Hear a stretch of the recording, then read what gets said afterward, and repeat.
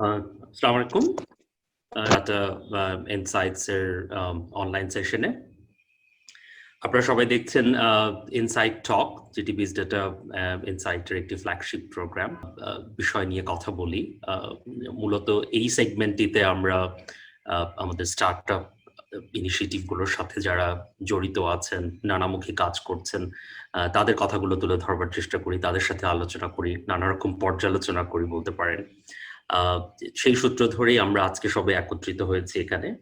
ছোট্ট করে যদি বিজ ডাটা ইনসাইটস এর সম্পর্কে একটু বলতে পারি, আপনারা হয়তো অনেকেই জানেন যে বাংলাদেশের প্রথম মার্কেট ইনসাইট, ডেটা ইন্টেলিজেন্স এবং বিজনেস অ্যাডভাইজারি প্ল্যাটফর্ম হিসেবে আত্মপ্রকাশ করেছে বিজ ডাটা ইনসাইটস, এবং যেখানে বলতে গেলে 50টারও বেশি ইন্ডাস্ট্রি নিয়ে নানা রকম নিউজ, নানা রকম ট্রেন্ড অ্যানালিসিস, ইনোভেশনের বিভিন্ন রকম কথাবার্তা এবং ইম্পর্টেন্টলি ডেটা নিয়ে এখানে কাজ করা হয়।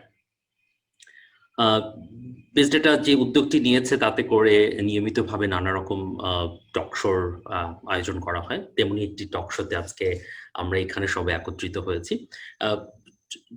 আপনার ফেসবুকে অলরেডি দেখেছেন আশা করছি যে বিষয়টি নিয়ে আমরা আজকে এখানে কথা বলবো সেটি হচ্ছে যে আমরা আমাদের খুব গুরুত্বপূর্ণ একটি সেক্টর, যে ই কমার্স লজিস্টিক্স, সেটি নিয়ে আজকে আমরা কথা বলবো। টপিকটি রাখা হয়েছে thriving e commerce logistics business in Bangladesh. আমি খুবই সম্মানিত বোধ করছি আমাদের সাথে প্যানেলে আজকে 3জন ইন্ডাস্ট্রির পুরোধা অংশগ্রহণ করেছেন। ওনারা খুব little introduction they require, but তবু আমি সুযোগটি নিব ছোট্ট করে ওনাদেরকে একটু পরিচয় করিয়ে দেওয়ার জন্য। আমাদের সাথে আছেন সাজ্জাদুল ইসলাম ফাহমি, উনি general manager sales and key account Paperfly. ওনার অবশ্য আরেকটি পরিচয় আছে, উনি chairman smart logistics standing committee eCAB. আমাদের সাথে আরো আছেন Rizwanul Haque Jami, rural e commerce lead A2I programme ICT division. উনি ফাউন্ডার, ডিরেক্টর এবং vice president e commerce association. Panellist আমাদের সাথে আজকে যোগ দিয়েছেন বিপ্লব ঘোষ রাহুল। 3জনকেই স্বাগতম জানাচ্ছি আরেকবার আমাদের। আমাদের দেশে আমাদের জীবনকে ছুঁয়ে নিয়ে এমন মানুষের সংখ্যা খুব কম। এখন যদি এই আলোচনাটি আজ থেকে আরো বছর দেড়েক আগে করতাম, তাহলে হয়তো তারা বলতে পারতাম কমার্সের ব্যাপারে আমি শুনেছি বটে, কিন্তু আসলে আমার জীবনে এখনো জায়গা করে নেই। এই কারণে বলছি যে 1.5 বছর পর এই পরিস্থিতিটি সম্পূর্ণরূপে পরিবর্তন সম্ভবত আমাদের খুব যে অতিমারির মধ্যে দিয়ে, যে প্যান্ডেমিকের মধ্যে দিয়ে আমরা যাচ্ছি, সেটি কিন্তু আমাদেরকে আমাদের জীবনযাত্রায় একটা বড় ধরনের পরিবর্তন এনেছে নানা দিক থেকে। এবং সেখানে ই কমার্সের যেভাবে সম্পৃক্ততা ঘটেছে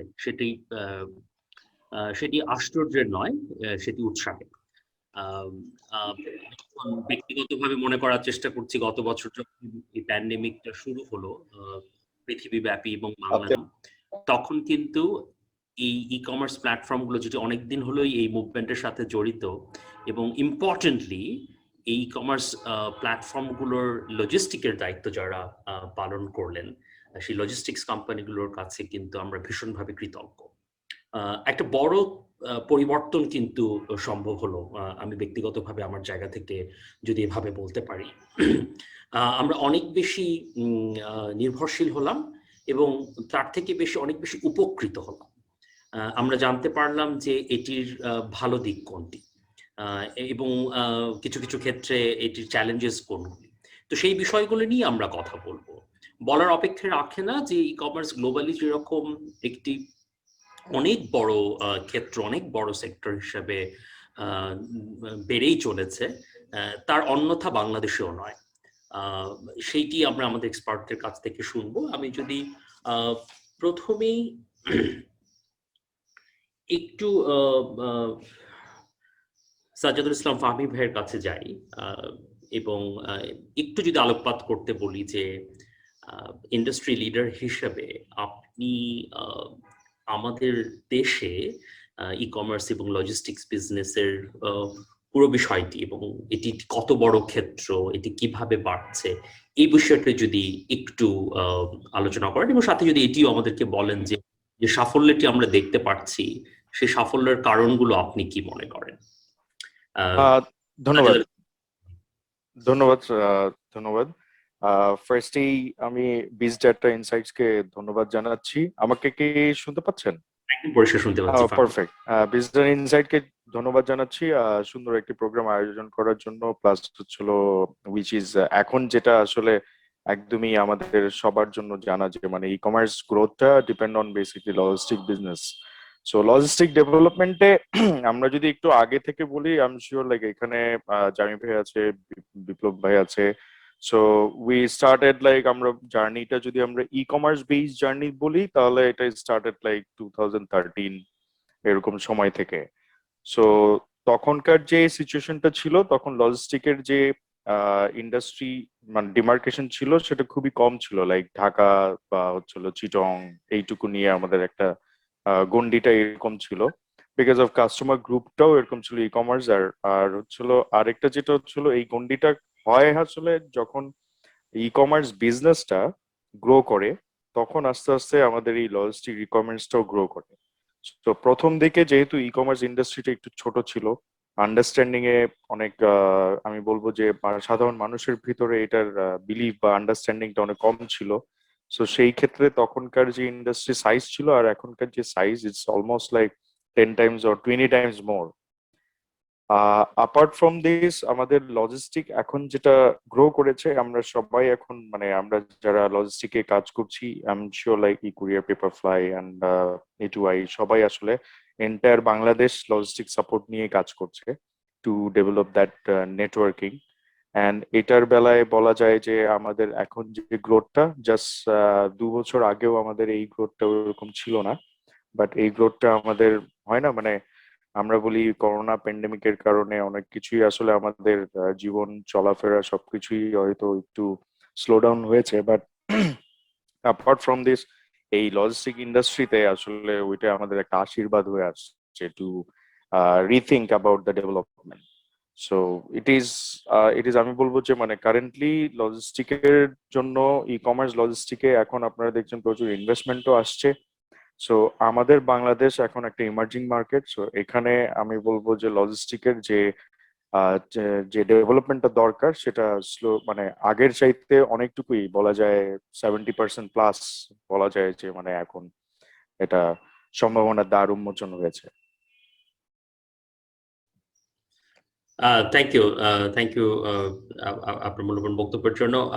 আমি জাস্ট আপনি যদি ইক্যাবের সাথে সংযুক্ত আছেন, আমি কিছু ডেটা দেখছিলাম যে আমাদের রিসার্চ টিম কাইন্ডলি আমার জন্য প্রিপেয়ার করেছে যে ই কমার্সের মার্কেট বাংলাদেশে stood at 2.77 billion and it's expected to rise to 3.77 billion soon.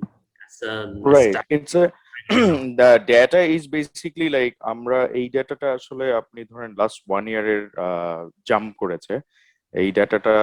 আমি শিওর লাইক জামি ভাই আরো ভালো আরো কিছু আমার এটার সঙ্গে অ্যাড করতে পারবে, বিকজ অফ আমরা করোনার সময় যে প্যান্ডেমিকের আগে আমাদের যে বিজনেস সিনারিও ছিল ই কমার্সে সেটা অলমোস্ট সবাই চেঞ্জ হয়ে গেছে। আর এই ডাটাটার ভিতরে আপনি যদি দেখেন একটা জিনিস এসছে সেটা হলো ওমেন এম্পাওয়ারমেন্ট মানে ওমেন এন্টারপ্রেনিয়রশিপ।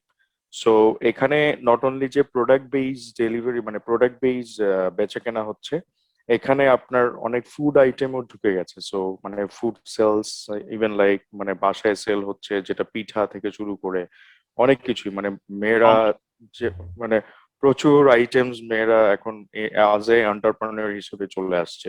সো ওই ক্ষেত্রে এই ডাটাটা হচ্ছে হলো আপনার যেই প্রজেকশনটা দেওয়া হয়েছে 3 পয়েন্ট প্লাস প্লাস, এইটার চাইতে আরো হয়তো বাড়তে পারে, যেটা সেটা খুবই আশার কথা। এই সূত্র ধরে আমি রেজাউল হক জামি ওনার কাছে চলে যেতে চাইছি। যেমন সব আপনি যদি একটু যেখান থেকে ফাহমি ভাই শেষ করলেন ওখান থেকে শুরুটা করেন। বাংলাদেশের লজিস্টিক মানে ই কমার্সে একটা এক্সপ্লোশন হয়েছে, এই ডেটা আসলে সবার কাছে আছে। The government also acknowledges that because I am connected with the government, let's say, body which is trying to coordinate in the e-commerce domain along with ECOAP. So we are very closely looking at that issue. However, লজিস্টিকও grow করেছে of course ই-কমার্সের সাথে সাথে, কিন্তু if we compare the logistic efficiency in Bangladesh or the logistic growth in Bangladesh compared to other countries in the world, I am not going to compare ourselves with India, our neighbor, because the comparison doesn't happen in respect of infrastructure as well as in respect of size. I would rather compare ourselves with Nigeria in Africa. Nigeria, মানে আমাদের সাথে সাইজে একটু bigger country, but if you look at GDP, if you look at per capita income, we are pretty similar. If you talk about, you know, debt or per capita debt, we are pretty similar. Bangladesh কিছু ক্ষেত্রে এগিয়ে আছে, Nigeria কিছু ক্ষেত্রে এগিয়ে আছে, কিন্তু it's very similar. তো আপনি যদি ওই দুইটা দেশের কম্পারিজন করে দেখবেন যে ন্যাশনাল জিডিপিতে লজিস্টিকের অবদান ইন নাইজেরিয়া কত পার্সেন্ট, আর ইন বাংলাদেশ ন্যাশনাল জিডিপিতে লজিস্টিকের অবদান কত পার্সেন্ট। আমি ডেটাটা দেখতেছিলাম, আপনি যখন কথা বলছিলেন তখন দেখলাম যে বাংলাদেশের জিডিপিতে লজিস্টিকের অবদান হচ্ছে কি 12,430 million US dollars. In some cases that is bigger than the e-commerce sector. Why? The reason is while we are talking about e-commerce logistic is a very vast arena. আমরা অনেক ক্ষেত্রে বিপ্লব ভাই এটা নিয়ে আরো ভালো বলবেন বা ফাহমি ভাই আরো ভালো বলবেন, আমরা খুব সহজে লজিস্টিককে ডিসকাউন্ট করে ফেলি হচ্ছে কি ই-কমার্সের যে পণ্যটা সেটা খালি ডেলিভারি দেওয়াটাই হচ্ছে কি logistic is not about just delivery. এর সাথে যে অ্যাসোসিয়েটেড কাজ, এর সাথে যে অ্যাসোসিয়েটেড ইনফ্রাস্ট্রাকচার ডেভেলপমেন্ট, এটার উপরে আমরা বেশিরভাগ ক্ষেত্রে আসলে জোর দেই। If you talk about the explosion in delivery, that comes as a কি বলবো part and parcel of other infrastructure development that had to be done because of delivery, because that delivery needs to happen. এর মধ্যে বহুত কিছু আছে, দেশের road ইনফ্রাস্ট্রাকচারের একটা issue আছে, রুলস এন্ড রেগুলেশনস এন্ড কি বলবো পলিসির একটা ইস্যু আছে, এবং একই সাথে ইস্যু আছে হচ্ছে গিয়ে ফুলফিলমেন্ট, ওয়্যার হাউজিং, এরকম অনেক কানেক্টেড জিনিসের ইস্যু আছে। সুতরাং আমার একটা এই প্যানেলের কাছে অনুরোধ থাকবে যে let us not look at logistics as delivery. Logistic is bigger than delivery, and let us also talk about all the associated infrastructure and work that is needed for logistics to grow. আর কিছু data ইন্ডিয়ার কথা একটু চলে আসে যে ইন্ডিয়াতে জিডিপিতে লজিস্টিকের অবদান হচ্ছে 14%, not a matter of joke. The reason Indian e-commerce exploded, অনেকে বলে যে ই-কমার্স এক্সপ্লোড করেছে বলে লজিস্টিক এক্সপ্লোড করেছে, আই ডিসএগ্রি। আমার কথা হচ্ছে গিয়ে ওই ইনফ্রাস্ট্রাকচার এবং লজিস্টিকটা গ্রো করার কারণে কিন্তু ই-কমার্সও গ্রো করে, দুইটা হ্যান্ড ইন হ্যান্ড চলে। সুতরাং বাংলাদেশের লজিস্টিক সেক্টর যত বেশি এফিশিয়েন্ট হবে, e-commerce and e business trading আরো তত এফিশিয়েন্ট হবে, আরো যাবে। পেমেন্টস লজিস্টিকের একটা পার্ট হিসেবে বিশ্বের বেশিরভাগ জায়গাতেই আছে, বাংলাদেশে এই দুটোকে আলাদা করে দেখা হয়। আর মার্কেটের গ্রোথের কথা যদি বলি, আমরা যেভাবে গ্রোথ ক্যালকুলেট করছি আমাদের কাছে, আমার কাছে মনে হয় যে that is a little bit immature. আমরা পার্সেল ডেলিভারি সাইজ বেড়ে গেছে, ই কমার্স অর্ডার বেড়ে গেছে বলে আমরা কম্পাউন্ডেড মার্কেটের একটা গ্রোথ রেট খুঁজে বের করার চেষ্টা করি। It's not related to that. As the digital transformations are happening, এখন অনেক কিছুই যেটাকে আমরা আগে প্রিভিয়াসলি ই কমার্স হিসেবে ধরতাম না, ordering from e-tailing, I'm just calling to a shop and giving an order, I'm going into Facebook and giving an order, আমরা এই সব কিছুকে এখন অ্যাগ্রিগেট করে ই-কমার্স বলা শুরু করেছি, which is okay. However, আমাকে ন্যাশনাল লজিস্টিকের পয়েন্ট অফ ভিউ থেকেও কিন্তু তাকাতে হবে। যখন একটা বড় বাল্ক অর্ডার দেশের বাইরে থেকে কোনো একটা গার্মেন্টসে করা হচ্ছে এবং সেটার সবকিছু কিন্তু ইলেকট্রনিক্যালি করা হচ্ছে, এবং সেটাকে যখন একটা বড় লজিস্টিক কোম্পানি মুভ করছে, সেটার ডাটাটা কোথায় গেল? সুতরাং সব দিক দিয়ে যদি আমি তাকাই, তাহলে of course there had been phenomenal growth.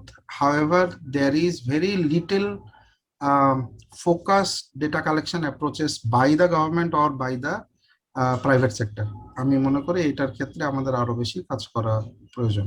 Sorry, I would like Biplob ভাই to add with consent from Monir Ali ভাই।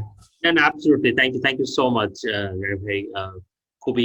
খুবই ইনসাইটফুল, এবং আপনি যে কথাটা বললেন যেটি হয় যে আমরা যারা হয়তো ইন্ডাস্ট্রির বাইরে থেকে দেখছি, আমরা হয়তো খুব ন্যারো একটা ফোকাসে দেখছি, যে আপনি যেটি বললেন যে ডেলিভারি হয়তো, আচ্ছা ঠিক আছে, ডেলিভারি গুলো হচ্ছে না, এর পেছনের পর্দার পেছনে যে কাজগুলো, বিশাল একটা কর্মযজ্ঞ চলছে, এবং জিনিসটা যে এত সিম্পলিফাইড, এত ব্ল্যাক এন্ড হোয়াইট নয়, সেটি আমাদের সামনে তুলে ধরার জন্য। এবং আমরা আলোচনার পরবর্তী অংশে যখন হয়তো একটু ইকোসিস্টেম নিয়ে কথা বলার সুযোগটা পাবো, তখন হয়তো আপনার কাছ থেকে আরেকটু ডিটেইলে বুঝতে চাইবো এই বিষয়টি।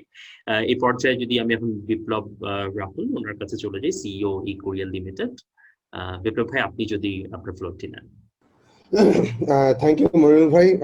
Thank you, Mustafa Bhai, for inviting in this webinar. আমাকে শোনা যাচ্ছে, রাইট? আপনি বলুন। So আমার আগের দুজন যে বক্তা ছিলেন, ফাহিম ভাই এবং জামি ভাই, দুইজনই আমার খুব শ্রদ্ধেয় এবং খুবই ক্লোজ। আমরা এই ই কমার্স ইন্ডাস্ট্রিতে যতদিন থেকে কাজ করছি বা চেষ্টা করছি কাজ করার বা কাজ শেখার, আমরা এখনো শিখি। দুইজনকে আমি সবসময় পেয়েছি, মানে ফর দ্য লার্নিং স্টেজ। ফামি ভাই he is starting from like international shipping, এবং আমরা যখনই কোনো ডোমেস্টিক নিয়ে কোনো কিছু চিন্তা করি, আগে তো আসলে ফলোয়ার হিসেবে সবসময় ইন্টারন্যাশনালের লজিস্টিক গুলো কিভাবে কাজ করে ওটা শেখার চেষ্টা করি। জামি ভাই তো হি ইজ আ কিং, কারণ আমরা জামি ভাই রেন্ট থেকেও অনেক ডেটা সবসময় পাই। জামি ভাই ফাইট করছে for rural logistic, rural distributions. So আমি যেই জায়গাটাতে আসলে ইনিশিয়ালি খুব শর্টলি বলতে চাই, ক্ষেত্রে সবচেয়ে বড় যে জিনিসটা হয় যে একটা লজিস্টিক অপারেটরের সাথে ক্লায়েন্ট গুলোর সাথে টেকনিক্যালি কতটুকু বা টেকনোলজিক্যালি কতটুকু কানেক্টেড। হ্যাঁ, বাংলাদেশের লজিস্টিক ইকোসিস্টেমে এখনো বলবো মানে যেটা আছে সেটা আসলে কোনো পার্সেন্টেজে ফেলানো যায় না। If I'm not wrong, Jami ভাই আমার সাথে এগ্রি করবে। সেটা হচ্ছে লজিস্টিক্যালি, টেকনোলজিক্যালি কোনো ক্লায়েন্টই আসলে লজিস্টিক কোম্পানির সাথে কানেক্টেড না। ফার্স্ট অফ অল, তারা আসলে ম্যানুয়াল কাজ করতে পছন্দ করে। ওয়্যারএজ আপনি যদি একটা পেমেন্ট গেটওয়ে দেখেন, একটা পেমেন্ট গেটওয়ে কখনই ম্যানুয়ালি রান করা পসিবল না। একটা পেমেন্ট গেটওয়ের সাথে ব্যাংকের কানেক্টিভিটি থাকে, এগ্রিগেটরের কানেক্টিভিটি থাকে, দেন হচ্ছে তার ই কমার্স বা প্ল্যাটফর্মের কানেক্টিভিটি থাকে। পুরোটাই একটা লজিস্টিকের ক্ষেত্রে ডেটার যে রিকোয়ারমেন্ট বা যে গ্রহণযোগ্যতাটা আছে, এটা পুরোটাই ডিপেন্ড করে আসলে আমাদের মতো লজিস্টিক কোম্পানি। রিকোয়েস্ট করবো যে অন্য যারা আছে একটু মিউট করে রাখলে, কারণ বোধহয় নয়েজ আসতেছে। যারা ক্লায়েন্ট আছে বা যারা আমাদের পার্টনার আছে, তারা আসলে ম্যানুয়াল কাজ করাতে যেটা হয় যে আমাদের ডেটাগুলোকে স্ক্যাটার অবস্থায় থাকে, এবং আমাদের ডেটা নিজেদেরকে বানিয়ে দেন কাজ করতে হয় লজিস্টিকের ক্ষেত্রে। হ্যাঁ, একদম হাতে গোনা কয়েকটা কোম্পানি ছাড়া তারা আসলে এই টেকনিক্যালি কানেক্ট না। যেমন আমরা একশপের সাথে কাজ করেছি, একশপ যেমন তার প্ল্যাটফর্মের সাথে আমরা এপিআই তে কানেক্টেড। সো আমরা আমাদের ডেটার স্ট্যাটাস শেয়ার করতে পারি টেকনিক্যালি। ইভেন একশপের প্ল্যাটফর্মের ইউজার এন্ডের ডেটা টেকনিক্যালি শেয়ার করা যায়। তাতে যেটা হয় কি, মানে হিউম্যান রিসোর্সের অপটিমাইজেশন করা যায়।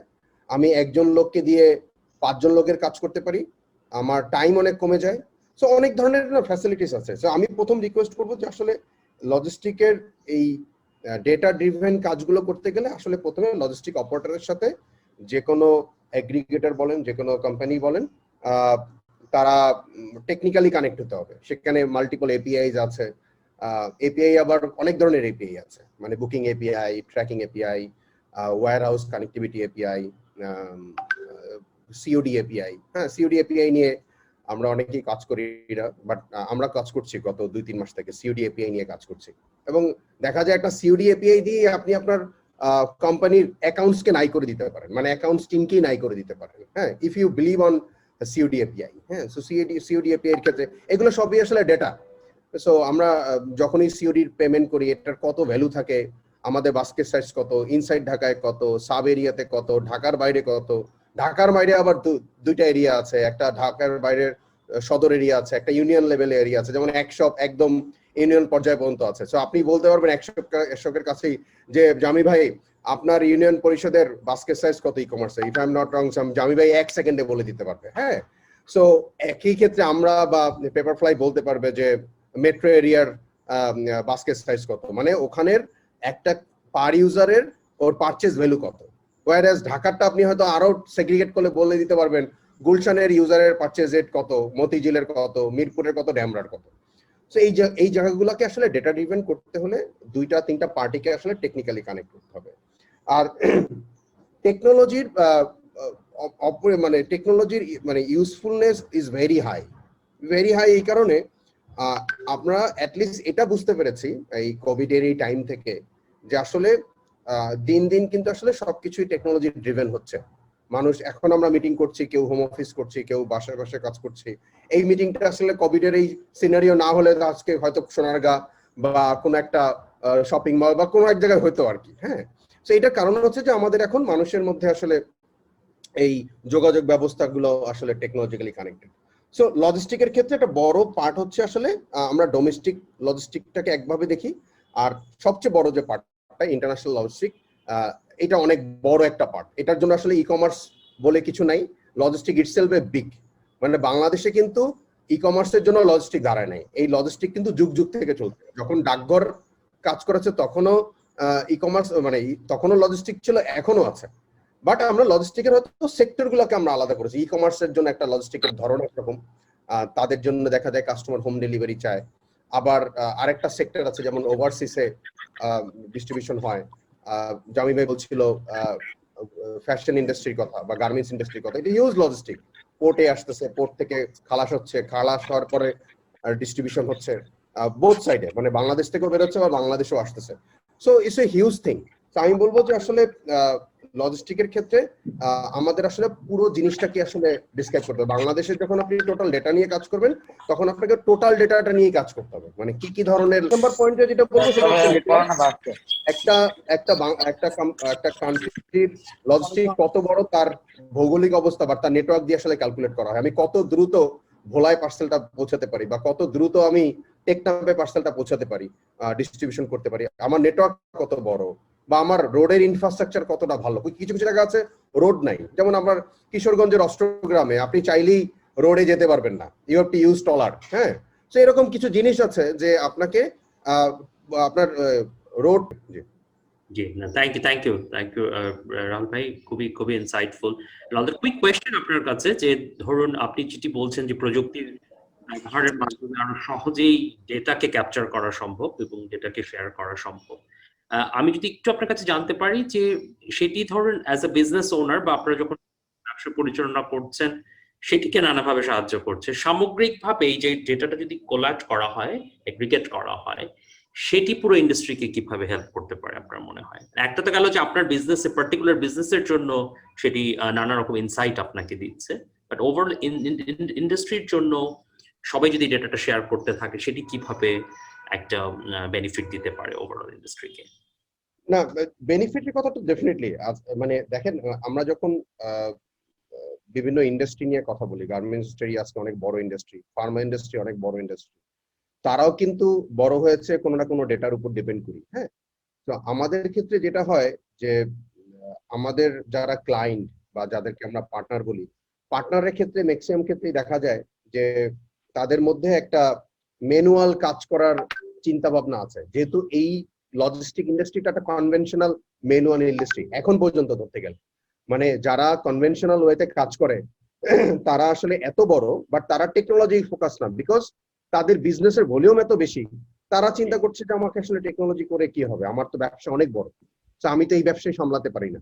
তো সেক্ষেত্রে আপনি যে কোশ্চেনটা করেছেন, আমার যদি আজকে এগ্রিগেটরের সাথে, পার্টনারের সাথে আমি কানেক্টেড থাকি এবং সেক্ষেত্রে যদি আমি ডেটা জেনারেট করতে পারি, এক হচ্ছে সেটা তো আমার বিজনেসের জন্যই ভালো, আমি প্রেডিক্ট করতে পারি যে আমার আজকে 2 মাস পরে ওই এলাকাতে কি পরিমাণ ডেলিভারি আছে, ওই এলাকায় কখন কখন ডেলিভারি হয়, কোন সময় গেলে আমার ডেলিভারি সাকসেস রেশিও বেশি হবে।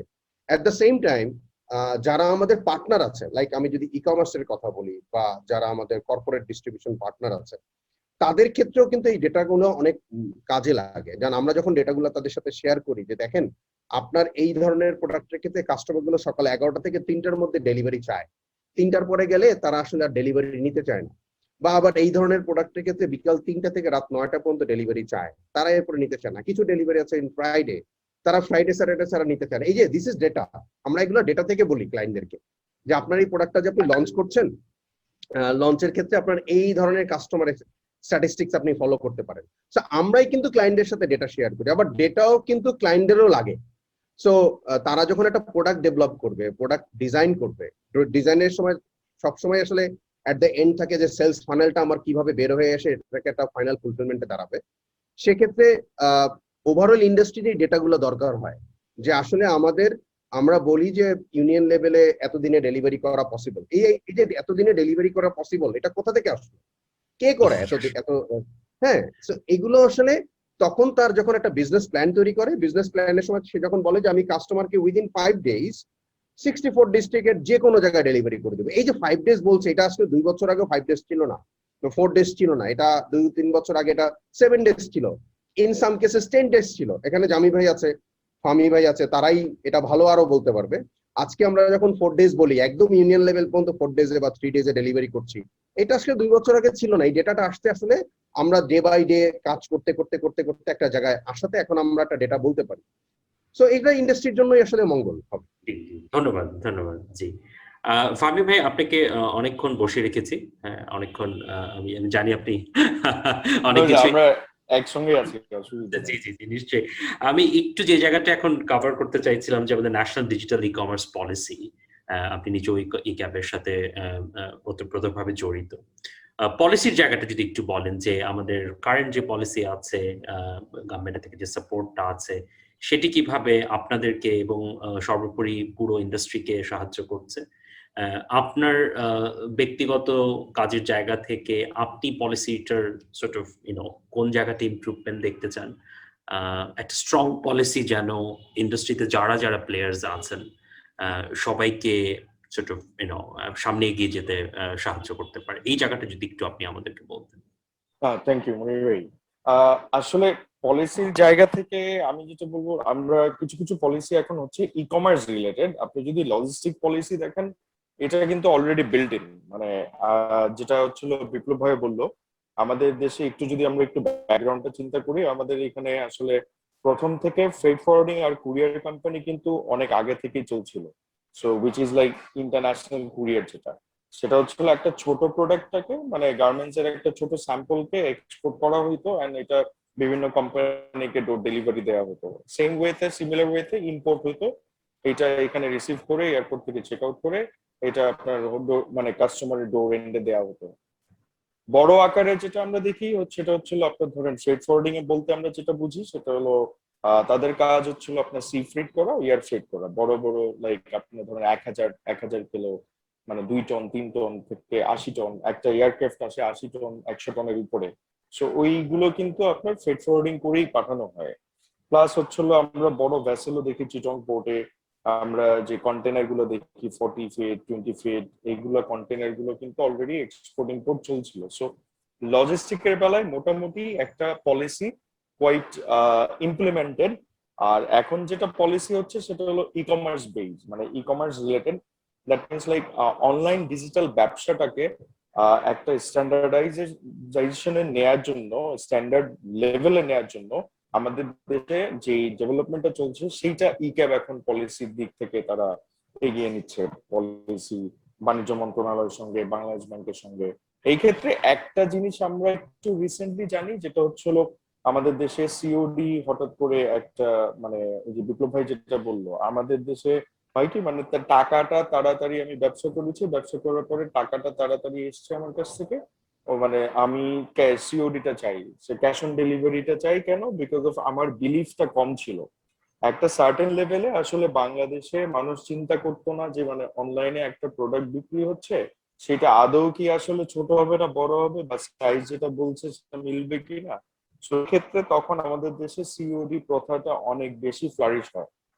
বাট এটা যদি আমরা এখনকার সময় দেখি, এখন আপনি দেখবেন যে অলমোস্ট অনেকগুলো ব্র্যান্ড শপ বা ব্র্যান্ডের দোকানগুলো বা ব্র্যান্ডের কোম্পানিগুলো এখন অনলাইনে আসছে। সো সেই ওই জায়গা থেকে সিওডির ইউটিলাইজেশনটাও কিন্তু আস্তে আস্তে কমে যাচ্ছে। বাট হ্যাঁ, কমছে মানে হচ্ছিল একদমই নমিনাল। বাট আমাদের ওই জায়গাটাতেই যখন আমরা আস্তে আস্তে যে ডিজিটাল মানি ট্রান্সফরমেশনে যখন যেতে পারবো, তখন আমাদের লজিস্টিক কোম্পানিগুলোর সঙ্গে আমাদের অনেক কিছুতে সামঞ্জস্যতা তৈরি হবে। এখন যেমন একটা ই কমার্স কোম্পানির সঙ্গে আমাদের হলো যার সঙ্গে একটা এগ্রিমেন্ট হচ্ছে, আমি তার সঙ্গে এগ্রিমেন্ট করছি তার সাইটটা আদৌ কি প্রপার ডিজিটাল ডেভেলপমেন্টে আছে কিনা, যা বা জাস্ট অনলি যে মানে ধরেন আপনার ফেসবুক পেজ দিয়েও যারা ব্যবসা করছে পেজের সঙ্গেও যে কোনো ডাইনামিক ডিজিটাল সলিউশন আনা যায়, এই জায়গাগুলো এখন আসলে আস্তে আস্তে ডেভেলপ হচ্ছে। তো যত বেশি ডেভেলপ হবে তত আমাদের পলিসির জায়গাগুলো আমরা আরেকটু ইমপ্লিমেন্টেশন দেখতে পাবো। বাট আমার যেটা মনে হয় আমরা যেটা এখন পলিসি দিক থেকে ইক্যাপ থেকে যে পলিসিটা মানে বিল্ড করা হচ্ছে থ্রু বাণিজ্য মন্ত্রণালয় প্লাস হচ্ছিল A2I এন্ড হচ্ছিল LICT, আইসিটি মন্ত্রণালয় প্লাস হচ্ছিল আপনার ইক্যাপ নিজেই মিডিওকর হিসেবে। So they are basically doing developing the e commerce base, মানে ই কমার্স ইন্ডাস্ট্রির জন্য একটা পলিসি রেডি করছে। সো লজিস্টিকের পলিসিটা আসলে অলমোস্ট রেডি। হ্যাঁ, কিছু জায়গায় ডেভেলপমেন্ট হয়তো হতে পারে যেটা আমরা হয়তো লজিস্টিক রিলেটেড কোনো পলিসিতে বা হচ্ছিল ই কমার্স যে পলিসিটা হচ্ছে সেটার সঙ্গে লজিস্টিক পলিসিটা অটোমেটিক্যালি ইনবিল্ড চলে আসবে। যারা ইন্ডাস্ট্রিতে আছেন ফামি ভাই, বড় প্লেয়ার ছোট প্লেয়ার হয়তো সাম্প্রতিক সময়ে ইন্ডাস্ট্রিতে এসছেন এন্ড অল দ্যাট, এই পলিসি ফর্মুলেশনে তাদেরকে কি করে সম্পৃক্ত করা যায়, তাদের ভয়েসটা কি করে ক্যান বি হার্ড? আমরা এখানে প্রচুর রাউন্ড টেবিল মানে আমাদের যারা আছে ইন্ডাস্ট্রিতে যারা অলরেডি ই কমার্স নিয়ে কাজ করছে তাদের সবার সঙ্গে কানেক্টেড, তাদেরকে একটা জায়গায় নিয়ে আসা হয়েছে। মানে যেহেতু প্যান্ডেমিকের সময় এটা কাজটা শুরু হয়, তো একটা জিনিস সুবিধা হয়েছে যে সবাই কিন্তু একটা টেবিলই আসছে। হ্যাঁ, ফিজিক্যাল টেবিলে চাইতে আমরা এখন we create a basically digital platform so that each and everyone can put their own ideas, own thoughts. So যেটার কারণে হয়েছে কি আসলে আপনার পলিসিটা হতে আমাদের বেশি সময় লাগছে না, আর হলো ইন্ডিপেন্ডেন্টলি সবাই সবার মতামত জানাতে পারছেন। আর আপনি যদি বলেন যে ইন্ডাস্ট্রি বিগ প্লেয়ার্স যারা, ওনারা আসলে সবাই আসলে involve in freight forwarding and হলো ইন্টারন্যাশনাল কুরিয়ারে।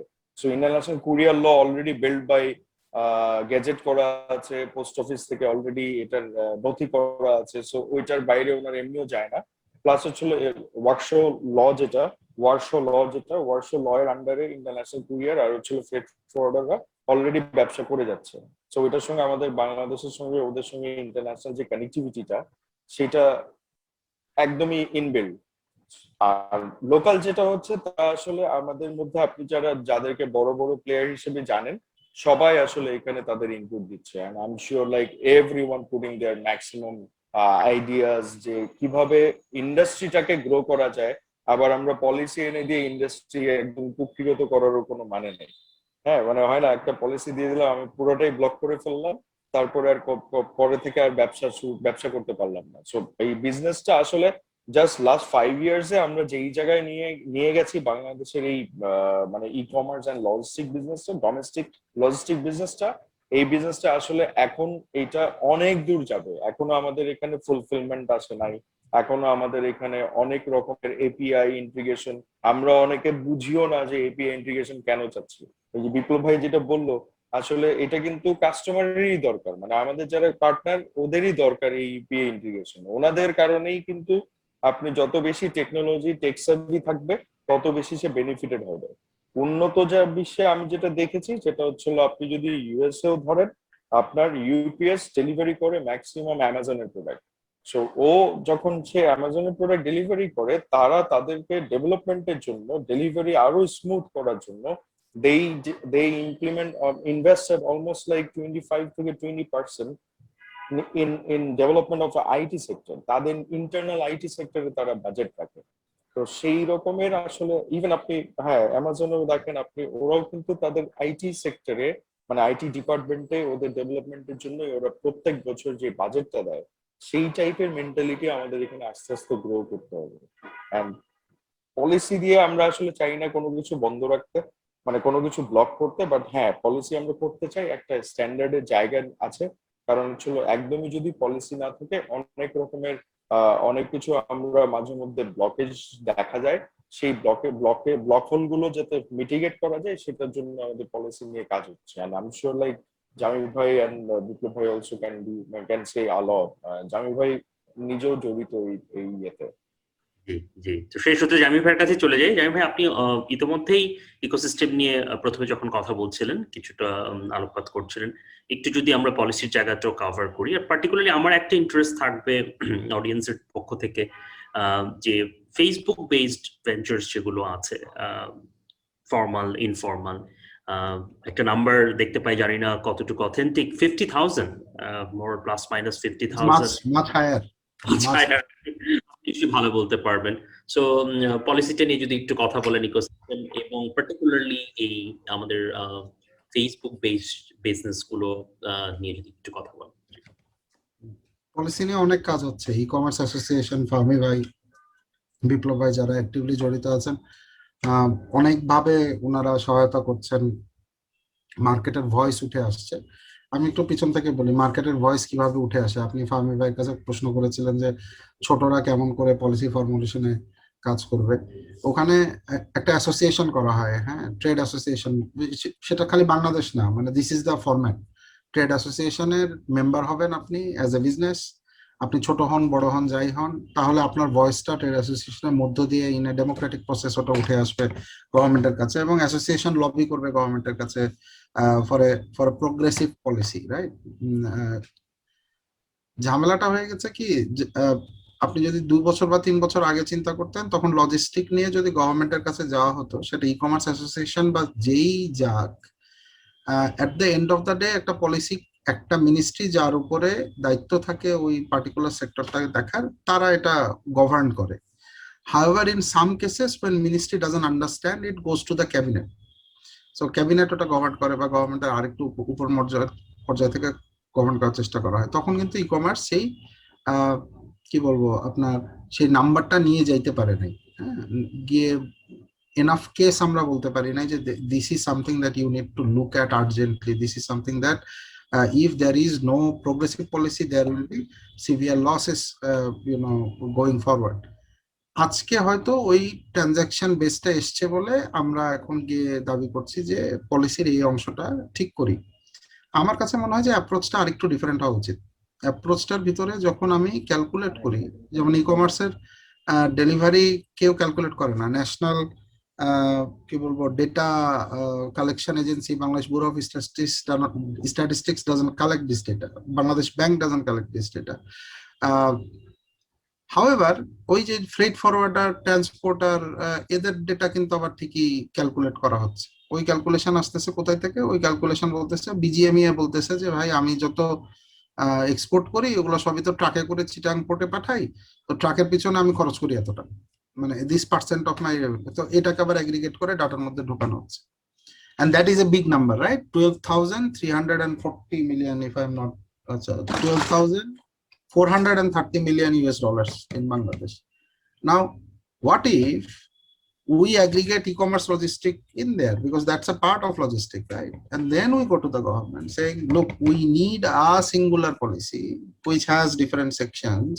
This is for freight forwarders, this is for e-commerce companies, which is governed by Bangladesh Post. They are mandated with a license, যে licence দিয়ে করতে হবে।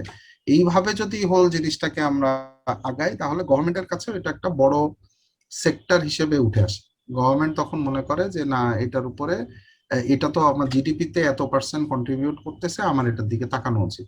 অ্যাগ্রিগেট আজকেও যদি দেখা যায় যে ই কমার্স জিডিপিতে কত % কন্ট্রিবিউট করতেছেন, দেখবেন যে কন্ট্রিবিউশনের সংখ্যাটা কম, বাড়ছে কিন্তু কম, কিন্তু আপনার as a whole logistic holds a very big part, right? তো আমাদেরকে, আমার মনে হয় যে ওই রাস্তা দিয়ে একটু হাঁটা জরুরি। আর আপনার আরেকটা প্রশ্ন ছিল যে ফেসবুক, এইখানে খুব ইন্টারেস্টিং একটা তথ্য বলি। বেশিরভাগ যারা ডেটা ড্রিভেন লজিস্টিক কোম্পানি, যেমন ই কুরিয়ার, পেপারফ্লাই, মানে আমি কি বলবো, এদেরকে সেকেন্ড জেনারেশন বলা হয় বিপ্লব ভাই আপনাদেরকে, যেমন ব্যাংক সেকেন্ড জেনারেশন বলা হয়, এরকম আমরা হিসাবে এখন সেকেন্ড জেনারেশনই, সেকেন্ড জেনারেশন লজিস্টিক কোম্পানি যারা আছে, প্রোগ্রেসিভ লজিস্টিক কোম্পানি, তারা কিন্তু একমাত্র তারাই এনাবল করেছে যে একেবারে ট্রেডিশনাল বিজনেস ছাড়াও যে একেবারে ক্ষুদ্র উদ্যোক্তা, সেও কিন্তু সার্ভিস নিতে পারবে। There is very little entry barrier to go get a service from e-courier and Paperfly. There is almost no entry barrier. I go online, I register, and then I take service, right? ঝামেলাটা যেটা হয়ে গেছে, এই যে একটা প্যান্ডেমিকের মধ্যে বা প্যান্ডেমিকের আগে একটা ট্রেন্ড ছিল যে বড় একটা হারুন রশিদ সাহেব একটু যদি মিউট করে রাখেন সুবিধা হবে। প্যান্ডেমিকের আগে যেটা হলো যে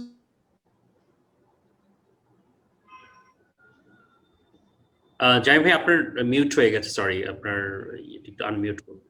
জি থ্যাংক ইউ, আমি মিউট করে ফেলেছি। যে ফেসবুক ভিত্তিক উদ্যোক্তারা কিন্তু ন্যাশনাল যে ট্রানজাকশন হচ্ছে, যে বিশাল ট্রানজাকশন হচ্ছে, তার একটা বড় অংশ কিন্তু এই ফেসবুক ভিত্তিক উদ্যোক্তারাই কিন্তু করছেন। কিন্তু তাদের ভয়েসটা কোথায়, বা তারা আসলে আসলে ডিজিটাইজ হচ্ছেন কিনা, তারা দেখা যাচ্ছেন যে সেমি ম্যানুয়াল সেমি অটোমেটেড প্রসেসে আছেন। আপনি বলেছিলেন 50,000, কিছু অসমর্থিত সূত্র বলে যে এটা 5 লক্ষ। মাই গড। আর কিছু ফেসবুকের সাথে আমরা খুব ক্লোজলি কাজ করি। Facebook is one of our partners because A2I প্রকল্প আপনার ইউএনডিপির সাথে কাজ করে। Facebook is a partner of UNDP. We almost work on a day to day basis with Facebook, এবং ওখান থেকে ওনারা অবশ্যই ডেটা দেন না, কিন্তু তারপর একটা ধারণা হচ্ছে it is between 50,000 and 5 lakh. You figure it out. So what is happening there is Facebook itself does not like that term e-commerce. Let me tell it to you officially, to our viewers as well. E-commerce বলে আসলে কিছু নাই। Facebook is এ টুল যেটার মাধ্যমে, it's a communication টুল, যেটার মাধ্যমে একজন customer আর একজন উদ্যোক্তা কমিউনিকেট করছে। ফেসবুকে কিন্তু কোনো ট্রানজাকশন হয় না, ফেসবুকে কিন্তু কোনো লজিস্টিকও হয় না। তো ওই কমিউনিকেশন টুলটার উপরে নির্ভর করে কিন্তু ওই ফেসবুক উদ্যোক্তা আবার লজিস্টিক কোম্পানির কাছে অর্ডার দেন বা করেন। ইকুরিয়ার, পেপারফ্লাইয়ের মতো কোম্পানিগুলো কিন্তু এটার জন্য অনেক ডিজিটাল টুল তৈরি করে দিয়েছে ফেসবুক সেই উদ্যোক্তাদের জন্য। তারা যেন খুব সহজেই তাদের একটা অর্ডার নিয়ে এসে একটা এক্সেল ফাইলে আপলোড করে দিতে পারেন, এন্ট্রি দিয়ে দিতে পারেন। এগুলো সব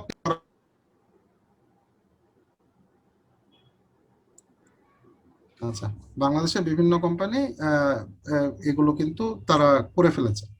ঝামেলা যেখানে হয়েছে সেটা হচ্ছে গিয়ে ওই ডেটা শেয়ারিং এবং হচ্ছে একটা স্ট্যান্ডার্ড করার ব্যাপারে।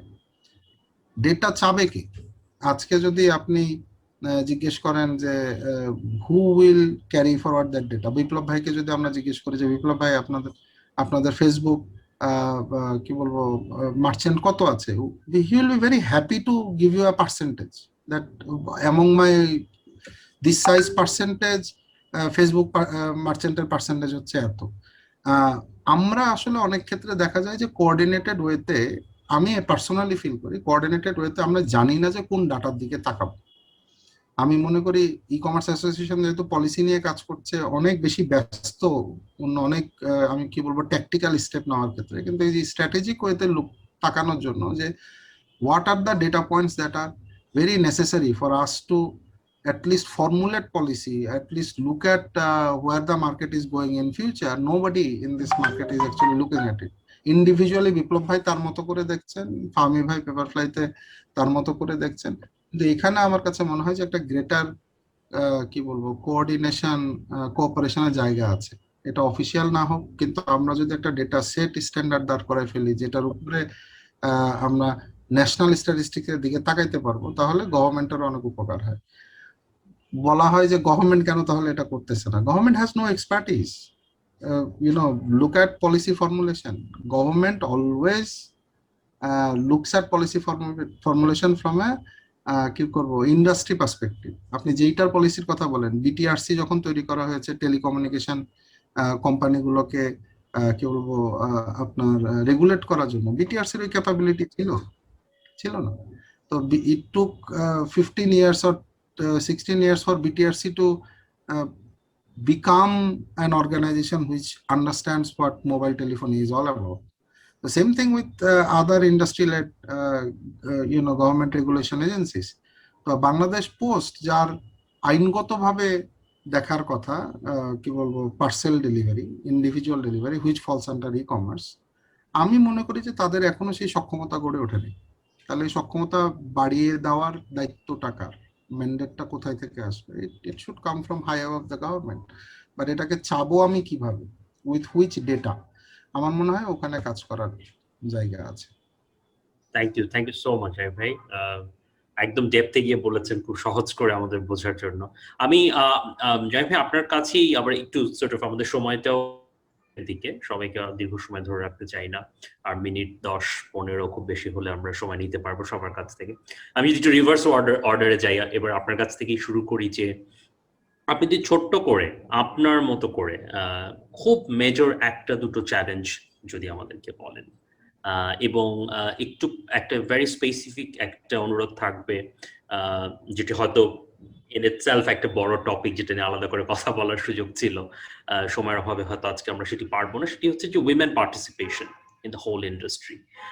এখন কি অবস্থা, কি করে এটা থেকে আরেকটু উত্তরণ ঘটতে পারে, কি করে নারীদেরকে আরো ইন্ডাস্ট্রিতে সুযোগ করে দেয়া, সম্পৃক্ত করে দেয়া বা সম্ভাবনার পথটা দেখিয়ে দেওয়া, সেটি কিভাবে সম্ভব? সো দুটো প্রশ্ন আপনার কাছে। একটি হচ্ছে যে চ্যালেঞ্জের জায়গাটা, চ্যালেঞ্জ আমি শিওর যে অনেক আছে ছোট বড় মিলিয়ে, আপনি যদি একটি দুটি বড় চ্যালেঞ্জের কথা বলেন এবং নারীদের সম্পৃক্তকরণের কথাটা যদি একটু বলেন। ওভারঅল লজিস্টিক নিয়ে একটা চ্যালেঞ্জের কথা আমি জাস্ট এক লাইন বলবো, যেটা বিপ্লব ভাই এবং ফামি ভাই আসলে বেশি বলবেন। If we want smart logistics, if we want efficient logistics, we need to promote the notion of what logistic means. আজকে আমি এক্সপেক্ট করি 20 টাকাতে বাংলাদেশের এক কোণা থেকে আরেক কোণায় একটা পার্সেল চলে যাবে, উইদাউট আন্ডারস্ট্যান্ডিং ওই পার্সেলটা আসলে আলাদিনের ওই যে ওই উড়ন্ত কি বলবো কার্পেট ওটাকে নিয়ে যাবে না, ওটাকে নিয়ে যাওয়ার পিছনে কিন্তু অনেক তেল খরচ হয়, ঘাম খরচ হয়, তো সেটার খরচের হিসাবটা আমাদের কাছে নাই। The market is truly price driven. I have looked at almost 171 countries data. আমি খুব কম দেশ পেয়েছি যেখানে এইরকম price driven individual logistic market আছে, এবং এটা নিয়ে আই এম নট দ্য এক্সপার্টরা কথা বলবো, আমি জাস্ট এখানে একটা ফ্লোট করে গেলাম। আপনার দ্বিতীয় প্রশ্ন যেটা ছিল সেটা হচ্ছে নারী পার্টিসিপেশন বা জেন্ডার ইকুইলিব্রিয়াম আমরা কেমনে করে আনবো, at least in this sector. In logistic gender equilibrium এখনো আসে নাই। দুই ভাবে আপনি চিন্তা করতে পারবেন যে লজিস্টিক সেক্টরে পার্টিসিপেশন, মহিলারা লজিস্টিক সেক্টরে কাজ করছেন কিনা, মোর জেনারেলি নট, তারা ব্যাক এন্ডে কাজ করছেন, ব্যাক অফিসে কাজ করছেন, ফ্রন্ট লাইনার হিসেবে কিন্তু লজিস্টিকে মহিলারা এখনো কাজ করতে পারছেন না, বিকজ অফ কি বলবো এনভায়রনমেন্টাল ফ্যাক্টরস। আমি মনে করি না যে দেয়ার আর প্রবলেমস, সিস্টেমিক প্রবলেমস যেটার কারণে মহিলারা লজিস্টিক সেক্টরের সামনে আসতে পারতেছেন না। এটা আমি মনে করি যে অনেকটা কি বলবো এনভায়রনমেন্টাল আর পারিপার্শ্বিক অবস্থাটাই লজিস্টিক সেক্টরে আসবে। However, if we look at participation in the logistics sector as a stakeholder, মানে আমি ব্যবসায়ী হিসেবে লজিস্টিক সেক্টরের ভিতরে ঢুকছি না, অনেক ইমপ্রুভ ঘটেছে, এটা আমি বিশ্বাস করি যে গত 2 বছরে অনেক ইমপ্রুভ ঘটেছে। ফেসবুকে যে উদ্যোক্তার কথা বলা হচ্ছে যে ন্যাশনাল, যদি আমি বলি যে যতগুলা পার্সেল যাচ্ছে ই কমার্সে, এর এখন একটা বড় পার্ট এই একেবারে ছোট ছোট উদ্যোক্তারা নিয়ে আসছেন, এবং এই একদম ছোট ছোট উদ্যোক্তাদের বেশিরভাগ একটা বড় পার্ট হচ্ছে কিন্তু নারী। তো এখানে অনেক প্রোগ্রেস ঘটেছে, প্রোগ্রেস আরো ঘটতে পারে যেগুলো কানেক্টেড টু দ্য ইকোসিস্টেম, সরাসরি হয়তো লজিস্টিকের সাথে সম্পর্কিত না। এটা হচ্ছে ক্যাপাসিটি বিল্ডিং এর সাথে অনেক কিছু জড়িত, তাদেরকে তো শেখাতে হবে। এখানে সবাই এসে নিজে শেখার চেষ্টা করছে, শেখার স্ট্রেট ফরওয়ার্ড রাস্তাটা হয়তো নাই। আরেকটা জিনিস হচ্ছে কি আপনার অ্যাক্সেস টু ফিন্যান্স, আপনাকে আর্থিক অন্তর্ভুক্তি এবং আর্থিক সক্ষমতা বৃদ্ধি করতে হবে, যেটা বাংলাদেশে এখনো অনেক দূর যাওয়া বাকি আছে। এই দুটো হলে আমি মনে করবো যে নারীদের অংশগ্রহণ আরো বেশি বাড়বে। জি, back to you. Thank you Joy ভাই। বিপ্লব ভাই, আপনার কাছে আসছি। আপনার জন্য 3টি অনুরোধ। একটি হচ্ছে যে পলিসি নিয়ে ফামি ভাই, জামি ভাই ওনারা কথা বললেন, ছোট্ট করে যদি আপনি কিছু অ্যাড করতে চান। আমার একটা পার্টিকুলার ইন্টারেস্ট থাকবে, এগেন ফেসবুক বেসড যেসব ভেঞ্চার্স বা বিজনেস বা উদ্যোগগুলো আমরা দেখি, সেটা রেগুলেটরি ফ্রেমওয়ার্ক নিয়ে আপনি একটি প্রতিষ্ঠানের প্রধান হিসেবে আপনি কি মনে করেন, কি ধরনের রেগুলেটরি ফ্রেমওয়ার্ক এর মধ্যে, কারণ এটি নিয়ে কথা হচ্ছে সাম্প্রতিক সময় যে তাদেরকে আনা যেতে পারে, আনার প্রয়োজনীয়তা আছে কিনা, আনলে ওনারা উপকৃত হবেন কিনা, পলিসির ওই জায়গাটা যদি আপনি একটু টাচ করতেন, এবং তারপরে যদি একটি দুটি চ্যালেঞ্জের কথা আমাদেরকে বলেন, এবং অবভিয়াসলি জামি ভাই যেটি কভার করলেন যে আপনি কি মনে করেন নারী উদ্যোক্তাদের জন্য সামনের পথটি কিরকম। সরি, অনেক প্রশ্ন।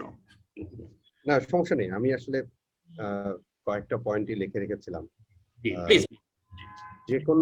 যে কোনো বিজনেসের জন্য সেটা হোক এফ কমার্স, সেটা হোক ই কমার্স, সেটা হোক পেমেন্ট গেটওয়ে, সেটা হোক লজিস্টিক্স, আপনার বিজনেস ফান্ডামেন্টাল যদি ঠিক না থাকে, আপনি ইন দ্য লং রানে আপনার স্কেল আপ করতে গিয়ে আপনি আসলে প্রবলেমে পড়বেন। হ্যাঁ, সো বিজনেস ফান্ডামেন্টালের মধ্যে one of the major part, যদি আসলে আপনি আপনার বিজনেসকে ড্রিম দেখেন, যে আমি যদি বলি যে আজকে ই কুরিয়ারের সাইজ এতটুকু, but my dream is it could be bit like DHL. হ্যাঁ, সো ডিএচএল এর যেরকম ওয়ার্ল্ড ওয়াইড নেটওয়ার্ক এবং মানুষের ডিএচএল এর প্রতি যে trust and their the commitment, যেগুলো আসলে বছর বছরে ওরা বিল করেছে, এই বিল্ডিং এর জন্য আসলে বিজনেস ফান্ডামেন্টালটা সবচেয়ে বেশি দরকার।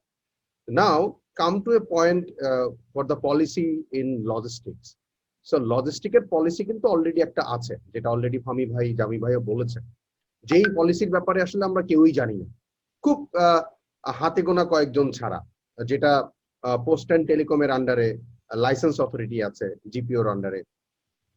বাট যেই জিনিসটা দেখা যায় যে যখনই বাঙালি, এটা আমাদের আসলে বাংলাদেশের একটা বড় প্রবলেম, যখনই কোনো কিছু নিয়ে হুজুগ শুরু হয়, সেই হুজুগের পিছনে সবাই দৌড়ায়। হ্যাঁ, আপনি দেখবেন 4-5 বছর আগেও যখন এই ই কমার্স এফ কমার্স শুরু হয়, সবারই একটা করে একটা এফ কমার্স লাগবে, সবারই একটা ই কমার্স লাগবে। ই কমার্স না লাগলে তাদের আসলে মান সম্মানে লেগে যাচ্ছে, এরকম একটা অবস্থা। বাট ওই যে বললাম, বিজনেস ফান্ডামেন্টাল কিন্তু ঠিক নেই। তোমার ব্যবসা করতে প্রবলেম নাই, বাট তুমি এর ব্যবসা করবা, এটা কমপ্লায়েন্স প্রসেস থাকতে হবে, রাইট? সো আমাদের কুরিয়ারের জন্য সবচেয়ে বড় প্রথম যে পলিসির একটা বাধা, সেটা হচ্ছে একটা কুরিয়ার কোম্পানি, একটা মেইলিং অপারেটর রান করতে হলে you have to take a license from the license authority. যেটা নিয়ে আমি গত 3-4 বছর থেকে বলতেছি, এখন এসে অনেকে কথা বলতেছে, বিকজ এখন যেহেতু পেপারে অ্যাড আসতেছে লাইসেন্স অথরিটি থেকে যে তোমাদেরকে লাইসেন্স নিতে হবে, নাহলে জেল জরিমানা হবে। এই লাইসেন্স নেওয়াটা একটা কমপ্লায়েন্স। আপনি একটা ব্যবসা করবেন, আপনি লাইসেন্স নেবেন না, না নিয়ে রাস্তার কোনার একটা দোকান খুলবেন, খুলে বলবেন আমি 25 টাকায় ডেলিভারি করি, এটা তো আসলে কোনো ফান্ডামেন্টাল বিজনেস মডেল না। হ্যাঁ, এই জন্য দেখবেন যে আজকে মোবাইল কোম্পানিগুলো বাংলাদেশে দাঁড়িয়েছে, 4টা-5টা মোবাইল কোম্পানি আমাদের আছে, তারাও কিন্তু একটা ফান্ডামেন্টাল কমপ্লায়েন্সের মধ্যে কাজ করে। সে চাইলেই কিন্তু 10 টাকায় 10 পয়সাতে কল রেট করতে পারে না, সে চাইলেই 5 টাকায় কল রেট করতে পারে না। হ্যাঁ, তো আমাদের দেশে এই জায়গাটাতে একটা বড় ধরনের প্রবলেম আছে, এই জন্য লজিস্টিক গুলোতে প্রবলেম হয়। আপনি দেখবেন গত 4-5 বছরের স্ট্যাটিস্টিক টানবেন, অনেক ভালো ভালো কোম্পানি লজিস্টিক সার্ভিস আসছিল এবং তারা বন্ধও হয়ে গিয়েছে। বাট এটা তো বন্ধ হওয়ার কথা না, বিকজ তারা আসলে কস্ট বেনিফিট অ্যানালাইসিস না করে, তারা তাদের ইন্টারনাল কস্ট অ্যানালাইসিস না করে ধুম করে মার্কেট একটা রেট দিয়ে দেয়, যেটা নিয়ে জামি ভাই বলছিল যে চাইলেই আমি আজকে পঞ্চগড়ে 20 টাকায় ডেলিভারি করা পসিবল না। দো তার টাকা থাকতে পারে, সে বার্ন করতে পারে, আমাদের দেশে তো বার্নিং মডেল খুব ভালো চলে, সো বার্ন করতে পারে চাইলে, বাট ওইটা কি আসলে আমার আসলে রাইট ওয়েতে আমি আসলে শিপিং চার্জ দিচ্ছি কিনা, এই জায়গাগুলোতে প্রবলেম আছে। ভ্যাট ট্যাক্স এর কিছু ইস্যু আছে, যে আমরা আসলে ভ্যাট ট্যাক্স কমপ্লায়েন্স কিনা। কারণ কি, একটা কোম্পানি যখন শিপিং চার্জ অ্যানাউন্স করে, ওই কোম্পানিটা যদি কমপ্লায়েন্স হয়, তাকে 15% ভ্যাট গভর্নমেন্টকে দিতে হয়, তার ট্যাক্সেশন আছে, তারপরে তার আদার অন্যান্য কিছু প্রসেস মেনটেনের জন্য তার কস্ট হাই থাকে। ওয়ারএজ যারা কোনো কোম্পানি লাইসেন্স নাই, যে কোনো ভ্যাট কমপ্লায়েন্স করে না, তার তো আসলে কস্ট গুলো নাই। ইভেন আমি একটা জিনিস বলে রাখি, আমাদের প্রতিটা ডেলিভারিতে গভর্নমেন্টকে একটা রেভিনিউ শেয়ার দিতে হয়, যেটা মানে পার্সেলের জন্য একটা রেট, ডকুমেন্টের জন্য একটা রেট। এইটাই যদি আমি বছরে দিই, তাই ওই বছরে ওইটাই দেখা যায় আমার একটা বড় রেভিনিউ, যেটা আমি লুজ করি। হ্যাঁ, বাট এটা আমাকে মানতে হয়, বিকজ এই কমপ্লায়েন্স আমাকে মানতে হবে, রাইট? বাট যাদের লাইসেন্স নাই, 99.99% লাইসেন্স নেই, লাইসেন্স ছাড়া যারা কাজ করতেছে তাদের তো এই কমপ্লায়েন্সটা নাই, তাকে এই রেট নিতে হয় না, তো সে দেখা যায় ভ্যাটও দেয় না, কারণ তাকে খুঁজেই পাওয়া যায় না। তো ভ্যাট দেয় না, তাকে সে চাইলে 30 টাকা 40 টাকা ডেলিভারি করতেই পারে। তো এটা একটা বড় লজিস্টিক্যাল চ্যালেঞ্জ মার্কেটে এখন এটা আছে, এই জন্য দেখা যায় সে চাইলেই মন মতো করে চার্জিং করে। আমি কিছুদিন আগে ওই বাংলাদেশ ব্যাংকের একটা গাইডলাইন্স দেখছিলাম ওই সিওডি নিয়ে। হ্যাঁ, সিইউডি গাইডলাইনটাও যে করা, এটাও একটা বড় ধরনের একটা, আমি বলবো এটা কি বলবো, এটা একটা বড় ধরনের ড্রামা চলছে আর কি। হ্যাঁ, এখানে কারণ যারা আসলে মেইন সিইউডি নিয়ে কাজ করে, তাদেরকে তাদের কোনো ধরনের ফিডব্যাক বা তাদের সাথে না বসে, যদি আমি বলি যে ফাইন্যান্স মেকাররা যারা আসলে ফাইন্যান্স নিয়ে কাজ করে, তারা যদি মনে করে এরকম হওয়া উচিত, তাহলে তো হলো না। কারণ যারা লজিস্টিকে কাজ করে তারা ফিল্ডের পেইনটা বুঝে। আমি একটা টাকা রাজশাহীর বাগা থেকে নিয়ে এসে মিরপুরের ওই আপুকে দিব টাকাটা, এটা তো একটা প্রসেস মেনটেন করতে হয়, রাইট? এবং that process cost make zero. Why? আমি কেন এটাকে 0 টাকাতে করব? আপনি দেখেন আজকে এমএফএস কে যখন আপনি কোন একটা পেমেন্ট ট্রানজাকশন করছেন, MFS is not free, right? নগদ, বিকাশ, এটা তো কেউ ফ্রি ট্রানজাকশন করে না। দে চার্জ, লাইক কেউ 1.25% চার্জ করে, কেউ 1.5% চার্জ করতেছে। বাট বিকজ এটা একটা কাস্টমারের কনভিনিয়েন্স আপনি করছেন, আপনি ব্যাংকে না গিয়ে আপনি এখন মোবাইলের মাধ্যমে আপনি পেমেন্টটা পাঠাতে পারছেন। This is a service. But সেইটাকে আমরা এটাকে একটা 0 টাকাতে 0 ভ্যালুতে কনভার্ট করার চেষ্টা করছি। এটাও একটা মার্কেট তৈরি হচ্ছে। আপনি বাট সিউডির ওই পেপারস এর মধ্যে লেখা আছে যে আপনাকে শিপিং চার্জ মেনটেন করতে হবে, আপনাকে টাকা লেনদেনের জন্য একটা চার্জ মেনটেন করতে হবে, আপনাকে বুকিং এর জন্য একটা চার্জ মেনটেন করতে হবে। 3টা চার্জের কথা বলা হয়েছে। বাট ইন্ডাস্ট্রিতে শুধু শিপিং চার্জ বলতে একটা কথা আছে, সিউডি চার্জ বলতে কোনো কথাই নেই। ওয়ারএজ আমাদের প্রতিদিন চিন্তাই হচ্ছে, ডেলিভারি ছেলেদেরকে মেরে মুরে কাস্টমাররা টাকা নিয়ে যাচ্ছে বিকজ অফ প্রোডাক্টের কোয়ালিটি ইস্যু। এগেইন এগুলো তো আমাদেরকে মেনটেন করতে হয়। আমাদের cash in transit insurance maintain করতে হয়। সো আমাকে ইন্স্যুরেন্স মেনটেন করা মানে হচ্ছে আমাকে ওইটার পেমেন্ট কিন্তু ওই ইন্স্যুরেন্স পার্টনারকে প্রিমিয়াম দিতে হয়, right? So that make cost, এবং এই কস্টটা তো আসলে আমাদেরকে মেনটেন করতে হবে, রাইট? সো এই পলিসিগুলো আসলে এখনো আমি বলবো ঠিক নেই। আর ঠিক না থাকার কারণ হচ্ছে কি, আমাদের এই ইন্ডাস্ট্রিতে যারা প্লেয়ার গুলো আছে, যারা আমরা কাজ করি, অ্যাটলিস্ট যারা কমপ্লায়েন্স মেনটেন করে কাজ করি, তারা আসলে যে যার মডেলের মতো কাজ করার চেষ্টা করে। বাট আমাদের যে একটা কাজ করার জন্য যে একটা ইন্টারনাল পলিসি মেনটেন করে সবার জন্য যদি ভালো হয়, সব ইন্ডাস্ট্রির জন্য যদি ভালো হয়, সেইভাবে করা উচিত, সেটা তারা করে না। না করাতে এই প্রবলেম গুলো ক্রিয়েট হয়। সেকেন্ড হচ্ছে, আমি লাইসেন্স নিয়ে কথা বললাম, আমি সিইউডি নিয়ে কথা বললাম, আমি আরেকটা জায়গায় আলোকপাত করতে চাই। সেটা হচ্ছে ইন্ডাস্ট্রির যারা এফ কমার্স আছে বা ই কমার্স আছে, তারা তো আসলে ডিপেন্ড অন দ্য লজিস্টিক্স। আপনি যতই বলেন যে আমি নিজে একটা কুরিয়ার খুলে নিজে লোকবল রেখে ডেলিভারি করবো, সেটা ওই শুধু ঢাকার মধ্যেই পসিবল। আপনি ঢাকার মধ্যেই মাস্তানি করতে পারবেন নিজে একটা 10-12টা পোলাপান নিয়ে, ঢাকার বাইরে ওই মাস্তানি চলবে না। হ্যাঁ, কারণ এটা আসলে লজিস্টিক বিজনেসটাও কিন্তু একটা টাইপের ব্যবসা, যেখানে আপনি 64 জেলায় 64 ধরনের মানুষের সেন্টিমেন্ট নিয়ে আপনি কাজ করছেন। আপনি যখনই বরিশাল যাবেন, বরিশালের কাস্টমারের মাইন্ডসেট আপনার জয়পুরহাটের কাস্টমারের মাইন্ডসেট এক না। আপনি যখনই ভোলার একটা কাস্টমারকে বলবেন, স্যার এই প্রোডাক্টটা আমি আজকে দিতে পারছি না, কালকে দিব, সে হয়তো বলবে ঠিক আছে আসেন। বাট এইটা হয়তো বগুড়ার ওই কাস্টমার নাও মানতে পারে, বগুড়ার কাস্টমারের সেন্টিমেন্টটা ডিফারেন্ট। সো আমার কথা হচ্ছে, আমাদের যেহেতু আসলে ভৌগোলিকভাবে কাস্টমারের মাইন্ডসেটটা একরকম, আমাদের আসলে এই মাইন্ডসেট গুলোকে মিক্স করে কাজ করতে হয়। এগেইন সো আমাকে এই মিক্স করতে গেলে যেটা দেখা যায়, আমাদের অনেক ধরনের চ্যালেঞ্জ, ফিল্ড লেভেলে চ্যালেঞ্জ।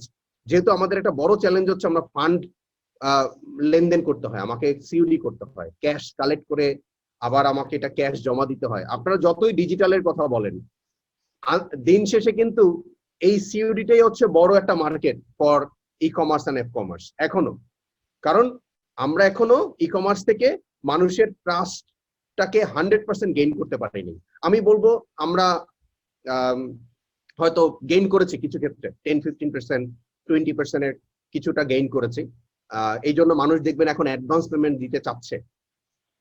আবার দেখা যাচ্ছে এই অ্যাডভান্স পেমেন্টের এগেইনস্টে অনেকগুলো আবার কমিটি দাঁড়িয়ে গিয়েছে যে অ্যাডভান্স পেমেন্ট কেন দিচ্ছে। 3 বছর আগে দেখেছি সবাই কিভাবে ডিজিটাল পেমেন্ট বাড়ানো যায় এটা নিয়ে মিটিং করতো, রাউন্ড টেবিল করতো। এখন দেখি আবার এটার উল্টা হচ্ছে, যে কেন ডিজিটাল পেমেন্ট করছে, এই জন্য কাস্টমাররা নাকি ক্ষতিগ্রস্ত হচ্ছে, ইন্ডাস্ট্রি নাকি ক্ষতিগ্রস্ত হচ্ছে।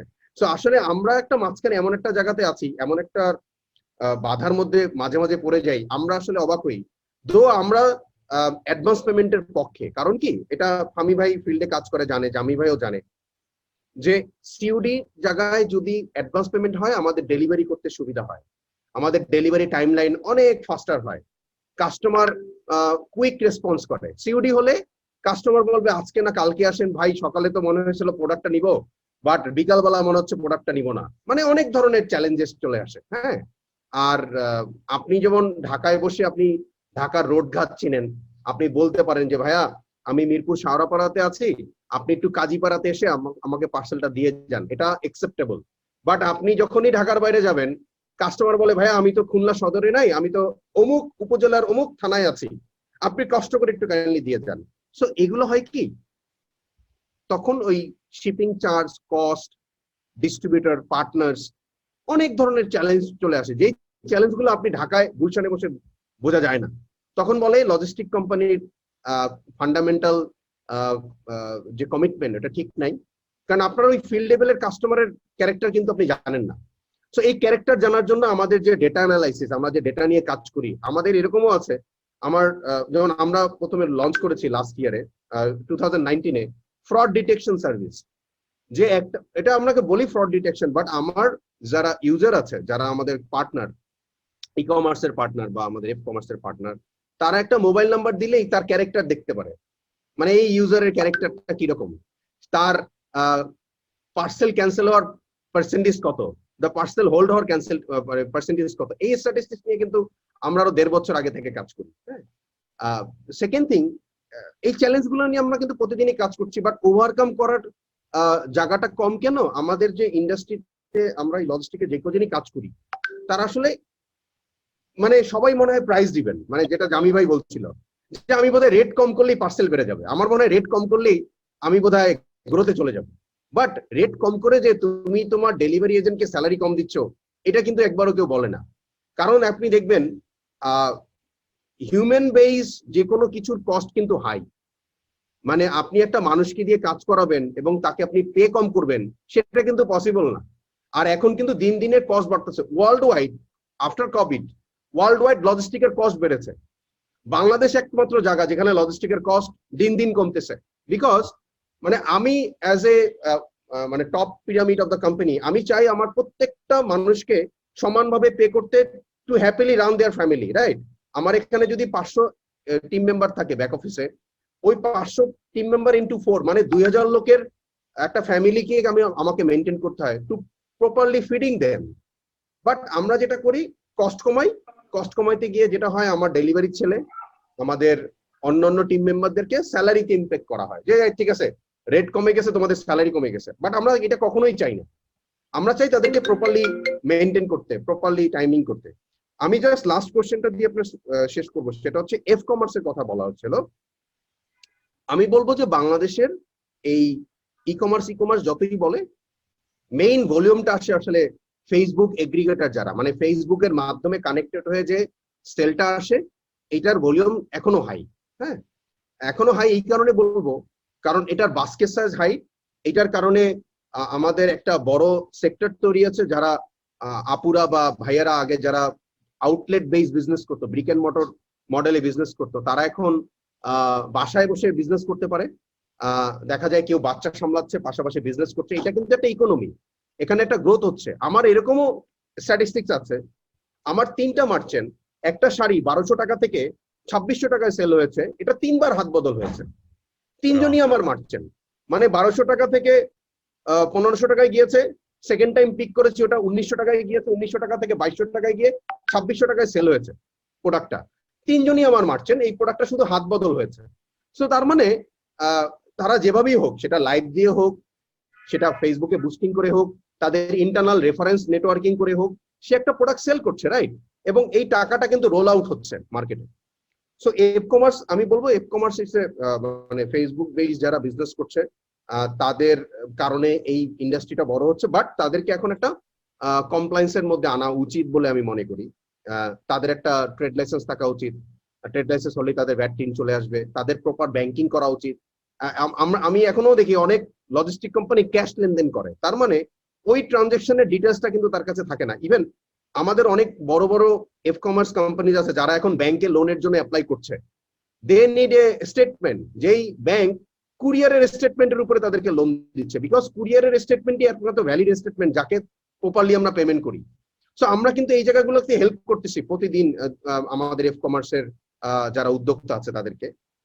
ফিমেল এন্টারপ্রেনারদের জন্য বলবো, তারা আসলে প্রচুর পরিশ্রম করে, অনেকে ফ্যামিলি সহ বিজনেস মেনটেন করে, অনেকে নিউলি ম্যারিড, মানে ফ্যামিলি মেনটেন করছে, আউটলেট মেনটেন করছে, আবার তারা লাইভ করতেছে। তারা কিন্তু এই 5 বছর আগে এই স্ট্যাটিস্টিক্সটা ছিল না, তারা দেখা যেত ওই বাসায় বসে থাকতো, বাসার কাজ করতো, ওইটাই করতো। বাট একটা কিন্তু বড় একটা সেক্টর এখন তৈরি হচ্ছে, তাদের জন্য অনেকগুলো এগ্রিগেটর দাঁড়াচ্ছে এখন, তাদেরকে কিভাবে আরো কমপ্লায়েন্স হইতে আরো ফান্ডামেন্টাল বিজনেস গুলাকে বোঝানো যায়। এখানে ইক্যাব ভালো একটা কাজ করছে, ইক্যাব ট্রেনিং করাচ্ছে রেগুলারলি, তাদেরকে ট্রেনিং করে তাদেরকে বিজনেস গুলো বোঝানোর চেষ্টা করছে। ফেসবুকে বুস্টিং নিয়ে বোঝানো হচ্ছে, ফেসবুকে কিভাবে পেজ মেনটেন করা হয় এগুলো নিয়ে বোঝানো হচ্ছে। আমরা কিভাবে এই ফেসবুকের সাথে তাদেরকে ইন্টিগ্রেট করা যায় এগুলো নিয়ে কাজ করছি।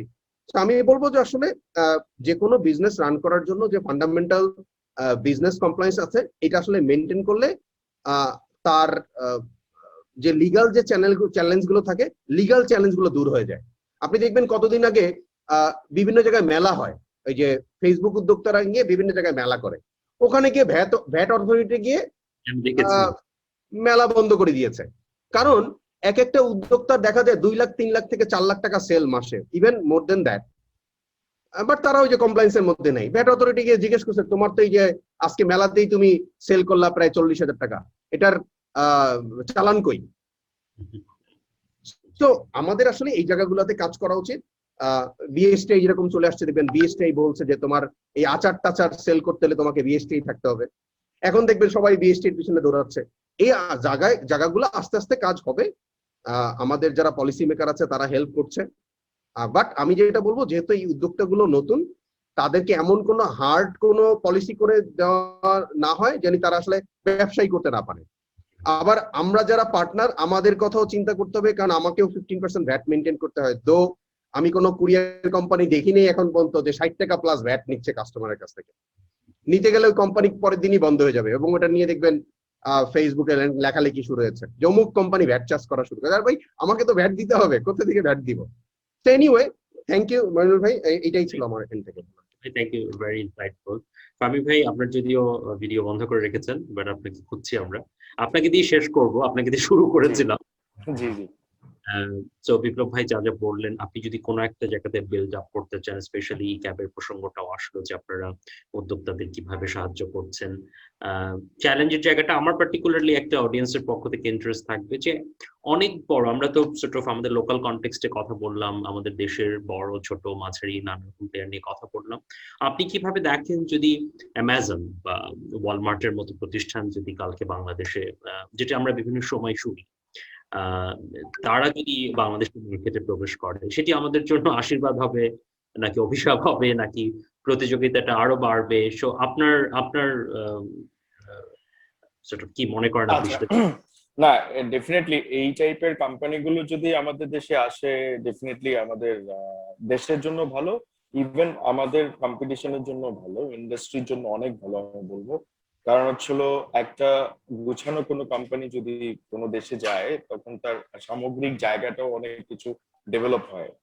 যেমন ধরেন এই যে একটু আগে আমরা যেটা বিপ্লব ভাই বললো যে মানে লাইক এই যে ইন্স্যুরেন্স, লাইক বাংলাদেশে এখনো কিন্তু পয়েন্ট টু পয়েন্ট ছাড়া নর্মাল প্রোডাক্টের উপরে কোনো ইন্স্যুরেন্স তেমন একটা ফ্লারিশ হয় নাই, মানে জনপ্রিয় হয় নাই। বাট আমাদের কাস্টমাররা যে আরো ইন্স্যুরেন্সে সে যে রাজি হবে, আমি যখন কাউকে বলি যে হ্যাঁ তোমার প্রোডাক্ট আমি নিচ্ছি, নিয়ে আমি তোমাকে ইন্স্যুরেন্স কভারেজ দিচ্ছি, সেটা কিন্তু আমার পকেট থেকে না, ইন্স্যুরেন্সের সঙ্গে আমার আলাদা টাই আপ করা থাকবে, যেটা উন্নত বিশ্বে অলরেডি আছে। আর বাংলাদেশে যেটা হচ্ছিল, আমি লজিস্টিক কোম্পানি, আমার পকেট থেকে দিতে হবে, বাট আমি বলতে হবে যে আপনার প্রোডাক্টটা ইনশিওর করা আছে। সো এই জিনিসগুলো আসলে বড় বড় কোম্পানিগুলো যখন আসবে তখনই আসলে আরো স্মুথলি মানে ডেভেলপ হবে, because of they will gonna start guiding customers. আমরা নিজেরাও চেষ্টা করছি, যেমন আমাদের অনেক সময় প্ল্যান করি যে হ্যাঁ আমরা কাস্টমার বেস মানে কাস্টমার ওরিয়েন্টেড কোনো সেমিনার করা যায় কিনা, যেটার ভিতরে আমরা কি প্রবলেম ব্যাকগ্রাউন্ডে ফেস করি, আমরা কিরকম চাই আসলে একটা প্রোডাক্টকে কিভাবে তার কাছে পৌঁছাতে চাই ম্যাক্সিমাম সাপ্লাই চেইনের ফ্যাসিলিটি দিয়ে। তো এইরকম আসলে আমাদের দেশে আমি বলবো যে অ্যামাজন বন্ধুরা যদি আসতেও চায়, ডেফিনেটলি ইটস গুড।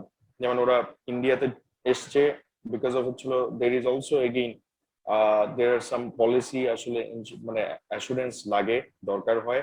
আর বাংলাদেশে বেসিক্যালি আমরা যেটা বুঝি এখনো আসার সময়টা ওরকম না। আপনি যদি দেখেন যে মানে আসলে আমাদের নিজেদের যে উদ্যোক্তা আমরা এখন বানাচ্ছি, এই উদ্যোক্তারা যখন ম্যাচিওর হবে হয়তো তখন আসতে পারে। বিফোর দ্যাট আপনি অ্যাপারেল এন্ড হচ্ছিল লেদার গুডস ছাড়া আর কিছু নাই কিন্তু আমাদের এখান থেকে এক্সপ্লোর করার মতো। তো তারা কি এক্সপ্লোর করবে তাদের মার্কেটে? আপনি যদি তার মার্কেট প্লেস নিয়ে আসেন তাহলে তো হবে কি, লাইক মানে আমরা ওই একই জায়গায় আবার ডুবে যাব, যে মানে ইন্টারন্যাশনাল সব প্রোডাক্ট এসে আমাদের এখানে বিজনেস করবে, আর লোকাল যে প্রোডাক্ট বা উদ্যোক্তারা রেডি হচ্ছে তারা আসলে আস্তেই মানে নিচে চলে যাবে। সো ওই ক্ষেত্রে আমি বলবো যে এখন ওরা যেমন এখন আসবেও না, এটা একটা ভালো সময়। আবার পরে আসলে আমাদের যদি লোকাল উদ্যোক্তারা ম্যাচিউর হয়ে যায় তখন আসলে সেটাও আমাদের জন্য ভালো সময়। আর আরেকটা যেটা হলো পলিসির দিক থেকে, একটা দুদু ভাই বা জামিল ভাই যেটা বললো যে মানে লাইক আমরা যে সিওডির বেলায়, সিওডিটা আসলে কি মানে ইটস নট আওয়ার ইনকাম, মানে it's a basically opening A facility. যেমন একটা ই কমার্স কোম্পানি সে যেটা সেল করে, আমি যদি আজকে সেই সিওডিটা অ্যাজ এ লজিস্টিক কোম্পানি সিওডিটা যদি অপশন না হিসেবে রাখতাম, ওনার তো প্রোডাক্টই বিক্রি হতো না। তো ওই জিনিসটা কাস্টমার বুঝতে চায় না। ধরেন আমরা কি করি, আমরা একটা পঞ্চগড় থেকে সিওডি নিয়ে আসবো, কিভাবে নিয়ে আসবো? It should be either MFS or else mobile banking এর মাধ্যমে, বা নাহলে ডিরেক্ট ব্যাংক চ্যানেলে, তাই না? তো ব্যাংক চ্যানেলে আমি যখন আনতে যাই তখন এটা অটোমেটিক্যালি আমার 3 দিন লেগে যায়। এমএফএস এ আমার সঙ্গে সঙ্গে আসে, কিন্তু এমএফএস এ আসার পর আমি যখন তুলে তাকে দিতে হবে, আমার আউটগোয়িং এ তো 1.5% বা 2% টাকা কেটে নিচ্ছে। হু গোনা বেয়ার দিস? এখন কাস্টমার ওই জিনিসটা আন্ডারস্ট্যান্ডেবল জায়গায় থাকতে হবে যে হ্যাঁ সিওডিটা সে যেহেতু আমার পার্সেন্টেজ চাচ্ছে, সেটা তো সে আমাকে টাকাটা এনে দিচ্ছে, আমারই সেলস বাড়তেছে। আপনি তাহলে সিওডি নিয়ে আসলে পলিসি করার কিছু নাই। বাট স্টিল তবুও এখন বাংলাদেশ ব্যাংক থেকে কোনো একটা পলিসি ডেভেলপ হচ্ছে which may gonna complicated our business industry, e-commerce ইন্ডাস্ট্রিকে আরেকটু কমপ্লিকেটেড করে ফেলবে। তারপরে আরেকটা যেটা আমি বলতে চাই যে সেটা হচ্ছিল ধরেন প্রিপেমেন্ট, মানে আগেই যেটা পেমেন্ট করে দিচ্ছে, প্রিপেমেন্টে কিন্তু দুনিয়ার সব জায়গায় সেই যুগ যুগ ধরেই প্রিপেমেন্ট সিস্টেম প্রথা চালু আছে। কেমন? যেমন ধরেন আপনি একটা হচ্ছিল আমার একটা স্টক, আমি যেটা জানি বিজনেসের মূলনীতি কি, আমি আমার একটা ইন্টেলিজেন্স তো কাজে লাগাবো, তাই না? সো আমি যদি ইন্টেলিজেন্স কাজে লাগাই, দেখলাম যে হ্যাঁ আমার সামনে ঈদ আছে, ঈদে আমার এই জিনিসগুলো এবার যাবে, সো আমি কিন্তু অ্যাডভান্স একজনকে দিয়ে দিয়ে রাখবো। কি করার জন্য?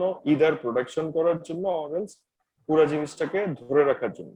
সো ওই ক্ষেত্রে প্রিপেইড সেলস এ যে আমাদের কোনো প্রবলেম, এটা আসলে একদমই আননেসেসারি। কারণ আপনি ধরেন ধান চাষিদেরকেও তো মানে কৃষকদেরকেও তো মানে যেভাবে ধান চাষের জন্য না, আমি যদি বলি যে অনেকগুলো ইন্ডাস্ট্রি আছে যারা আগে থেকে টাকা দেয়, সেটা হচ্ছে প্রোডাকশন করার জন্য, তারপরে ওই প্রোডাকশনের বেসিসে ওনারা বাজারে রিটেল সিস্টেমটা চালু করে। সো এখন যদি একটা কাস্টমার একটা ই-কমার্স ইন্ডাস্ট্রি যদি প্রিপেমেন্টে কাজ মানে সেল করে, সেটা যদি কাস্টমার হ্যাপি থাকে, এখানে তো আসলে মাঝখানে আর কোনো মানে প্রসেস ডেভেলপ করার কোনো মানে নেই। হ্যাঁ, তাকে কিভাবে আমি ব্লক করব, মানে তাকে কিভাবে আমি আসলে কন্ট্রোল করব বা পলিসিগত দিক থেকে তাকে ম্যানেজ করব, সেই জায়গাটা তো হচ্ছিল আসলে আমাদের পলিসি মেকার, মানে এটার জন্য আসলে কাস্টমারও ভুক্তভোগী হওয়া উচিত না, আমরা যারা লজিস্টিক আছি আমরাও ভুক্তভোগী হওয়া উচিত না। আর ওমেন এম্পাওয়ারমেন্টে আমি বলবো যে মানে আমাদের প্যান্ডেমিক, এই আসলে করোনার সময় আমাদের প্রচুর মানুষের অনেক রকমের অনেক স্ট্রাগল মোমেন্টাম গেছে, আমাদের জব মার্কেটে অনেক ইম্প্যাক্ট হয়েছে। সো এই 2-3টা জায়গা থেকে আমাদের খুবই আসলে আমরা উই আর ভেরি লাকি। বাংলাদেশে আমি মনে করি most of the women are now basically সচ্ছল, because of like they come to the front with their own knowledge, own skill. কেউ কেউ আগে আমরা যেটা দেখেছি যে অনেকে জামা বানাতে পারতো, সুতার কাজ করতো, হ্যাঁ মানে হাতের কাজ করতো, সেলাই করা, এগুলো ভুলে গেছিল। সো এই প্রথাগুলো আবার চলে আসছে, এগুলো আরো বেড়ে যাচ্ছে বিকজ হচ্ছিল এগুলোর এখন মার্কেট ক্রিয়েট হয়েছে। মানে আগে যেটা 2010-এ এটা বানায় দেখা যেত নিজের বাচ্চা কাচ্চার জন্য হইতো বা ওয়েস্টেজ হয়ে যেত বা গিফট করতে হতো, বাট এখন আপনি টুকটাক যদি হাতের কাজ করেন, ছবি আঁকা থেকে শুরু করে এনিথিং লাইক কাগজের ফুল থেকে শুরু করে যাই ইচ্ছা আপনি তাই করেন, ওইটা কিন্তু আপনি একটা সেল করার একটা প্ল্যাটফর্ম আছে।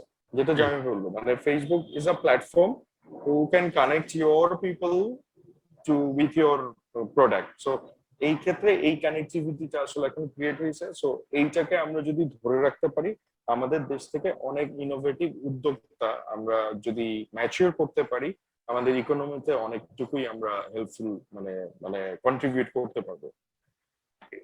থ্যাংক থ্যাংক ইউ ইউ মনির ভাই, থ্যাংক ইউ। আমি ব্যক্তিগতভাবে একজন একজন উদ্যোক্তাকে চিনি, নারী উদ্যোক্তা, যিনি আপনার কাগজ দিয়ে গহনা বানান এবং এক্স্যাক্টলি, হ্যাঁ হ্যাঁ, সাকসেসফুল। তো এরকম শুধু টিপিক্যাল জামা কাপড়ের বাইরেও অনেক ধরনের, আপনি যেমনটি বলছিলেন যে অনেক ধরনের উদ্যোগ হচ্ছে। মানে you just have to have an idea and there is a platform you can put it over there. মানে আইডিয়া ইমপ্লিমেন্টেশনের জন্য এখন আর অফিসে দাঁড়ে দাঁড়ে যাওয়ার কিছু নাই। So you just put it to the platform, either could be website, it could be Facebook, anywhere, even আপনার ওন ওয়াল থেকেই আপনি ব্যবসা শুরু করতে পারেন। যেটা জামি ভাই বলছিলেন যে এন্ট্রি টু ব্যারিয়ার একদমই নেই আর কি এখন। আপনাদের সবাইকে অসংখ্য ধন্যবাদ, আর সময় নিব না। খুবই ইন্ট্রিগিং একটা আলোচনা হচ্ছিল। আমি জানি যে once you lose the sense of time, তার মানে এটা খুবই একটা engaging conversation. We all got so engaged and so intrigued by all the topics that আপনারা তিনজন কভার করলেন। Very grateful for that. ইনশাআল্লাহ BizData Insights ভবিষ্যতে আরো এরকম সুযোগ তৈরি করে দিবে। বাট আপনাদের কাছে অনুরোধ, প্লিজ আপনারা ইন্ডাস্ট্রির লিডার হিসেবে নেতৃস্থানীয় একটা জায়গা থেকে বিষয় বলবেন, লিখবেন। BizDataও নিশ্চয়ই সে ব্যাপারে যতটুকু সম্ভব সহায়তা করবে। আমি মুস্তফা হাসান, যিনি এটার প্রধান, তাকেও সেই অনুরোধটি রাখবো, কারণ এটি দরকার আছে। যেটা আমি জামি ভাইয়ের কথাটা বারবারই ফেরত যাবো, যে বাইরে থেকে দেখে হয়তো যারা নতুন উদ্যোক্তা তাদেরকে কিন্তু বুঝতে হবে, তারা যদি এই ইন্ডাস্ট্রিতে যুক্ত হতে হয়, এই আজকের যে জিনিসগুলো আলোচনা হলো, এই জিনিসগুলো তাকে বুঝে আসতে হবে কিন্তু খানিকটা। অনেকে না হলে ওই যে যেটা ফামি ভাই বলছিলেন বা বিপ্লব ভাই বলছিলেন, যে চট করে হয়তো একটু মোড়ে একটা চিন্তা করলাম আজকে একটা কোরিয়ার সার্ভিস তৈরি করবো। সো আন্ডারস্ট্যান্ডিংটা যদি কোরিয়ার পর্যন্তই সীমাবদ্ধ থাকে, তাহলে কিন্তু তাকে হয়তো ভবিষ্যতে গিয়ে হতাশ হতে হবে। তো আপনাদের মতো যে নেতৃস্থানীয় জায়গায় যারা আছেন, তাদের কাছ থেকে এই ধরনের ইন্সপিরেশন পাওয়া, ইনসাইটস পাওয়া, আমি মনে করি নতুন উদ্যোক্তাদের জন্য এবং ওভারঅল ইন্ডাস্ট্রির জন্য খুবই প্রয়োজন। আমি একটু আয়োজকদের পক্ষ থেকে ক্ষমা চেয়ে নিচ্ছি। আজকে আমাদের ফেসবুক লাইভ হওয়ার কথা ছিল, যে প্রোগ্রামটি আমরা করছি সেটি সম্ভব হয়নি, ইন্টারনেট লিংক ডাউন থাকার কারণে বিভিন্ন এলাকাতে বাংলাদেশে আজকে। বাট ওনারা প্রতিশ্রুতি দিয়েছেন যে আমরা এই সেশনটি রেকর্ড করেছি এবং এটি এডিট করে আর কি তারপরে আপনার ফেসবুকে পোস্ট করা হবে, সেটি আয়োজকদের পক্ষ থেকে জানানো হয়েছে। বাট আমি ওনাদের পক্ষ হয়ে আপনাদের কাছে একটু দুঃখ প্রকাশ করছি যে লাইভটি করা সম্ভব হলো না। বাট আমি মুস্তফা হাসান ভাইকে যেটি বলেছিলাম, যে আমি ব্যক্তিগতভাবে মনে করি এগুলো প্রত্যেকটি একটি ডকুমেন্ট। আমরা আজকে 2021-এ যখন এই থ্রাইভিং ই কমার্স এবং লজিস্টিক্স বিজনেস নিয়ে কথা বলছি, আমরা যদি আগামী বছর আবার ফেরত আসি এই আলোচনাটাতে, আমরা কিন্তু এটাকে রেফারেন্স হিসাবে ব্যবহার করতে পারবো। এবং যারা নানা রকম গবেষণার কাজে জড়িত আছেন, দেশের বাইরে থেকে যারা বাংলাদেশের ইন্ডাস্ট্রিটাকে বোঝার চেষ্টা করছেন, সবার জন্যই কিন্তু এটি একটি চমৎকার ডকুমেন্ট হিসাবে থেকে যাবে আমরা আশা করছি। এবং মুস্তফা হাসান ভাই সেই উদ্যোগেই কাজ করছেন, আপনার সাথে থাকবেন। সবাইকে আবারও অসংখ্য ধন্যবাদ। আমাদের আজকের প্রোগ্রামটি আমরা এখানেই শেষ করছি। ধন্যবাদ।